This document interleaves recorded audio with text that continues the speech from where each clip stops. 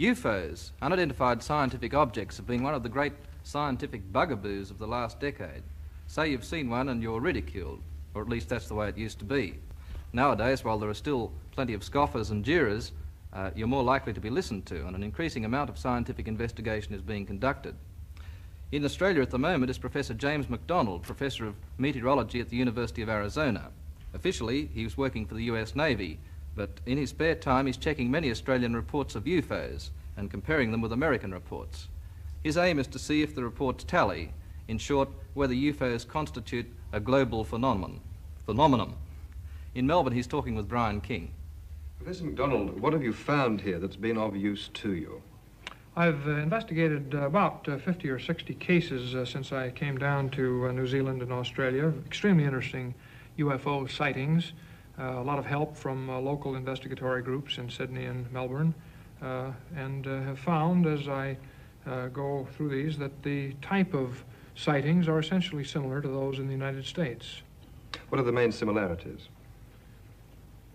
Persons of really quite high credibility reporting unconventional objects, discs, cigar-shaped objects, frequently at very low elevation, hovering over sometimes urban areas, sometimes over cars, following cars.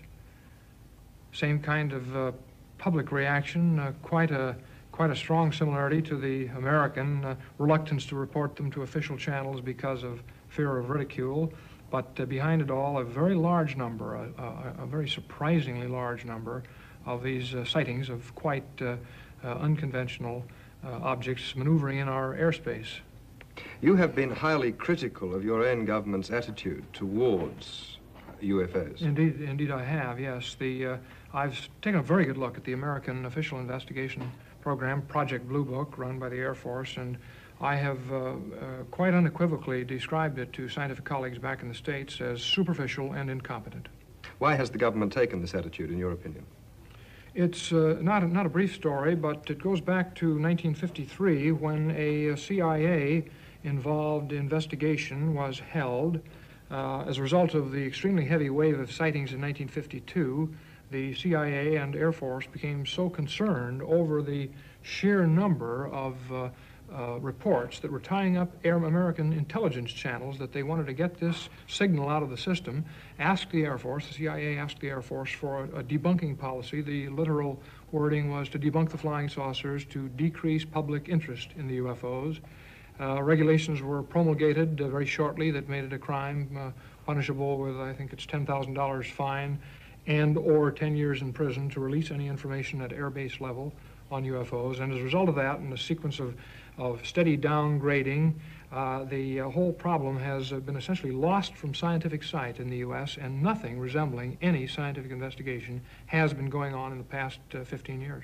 Has this been typical of the attitude of most world governments? As nearly as I can tell, yes. There seems to be quite surprising similarity between the official Russian, British, Australian, Canadian, American, French, Italian pronouncements.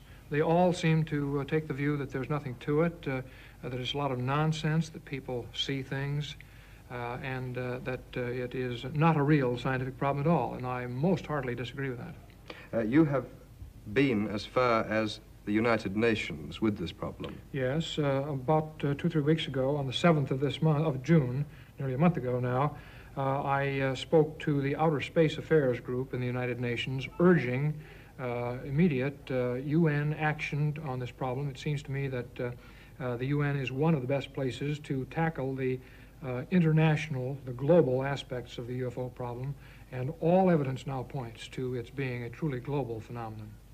U Thant made a statement at the time. I didn't get to see U Thant. That was a busy day, June 7th. In fact, I had a date to see him at 4 o'clock, and if there was any 1 hour that was the peak of the Mideast crisis, 4 o'clock was it. So I unfortunately didn't get to see U Thant. But quite recently, a few days ago, I got a wire from a phone call from San Francisco pointing out that he had made a statement to Drew Pearson, an American columnist, that aside from the Vietnamese War, the UFO problem is the greatest international problem. And I sent him a wire strongly endorsing his position, but disagreeing with him to the extent of saying that I believe it's the most important international problem. Why? We We have in the UFO problem a very strange situation. Here for 20 years plus, essentially similar phenomena have been reported all over the world, large numbers in the U.S., officialdom ignoring them, Air Forces ignoring them, and yet apparently a steady increase in the numbers of reliable reports from people in all walks of life seeing these objects that are not products of our technology, that are not meteorological astronomical phenomena, hovering at low altitude, increasing numbers in urban areas, and collectively we don't know what's going on. That's an extremely unwise situation, no matter how you view it. We do not know what is involved in this problem. There are no strong indications of anything resembling hostility.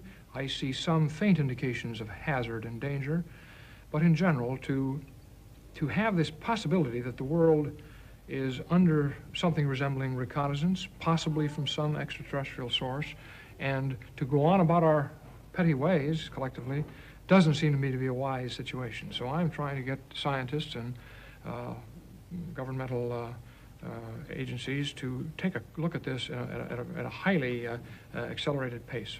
Professor McDonald, thank you very much.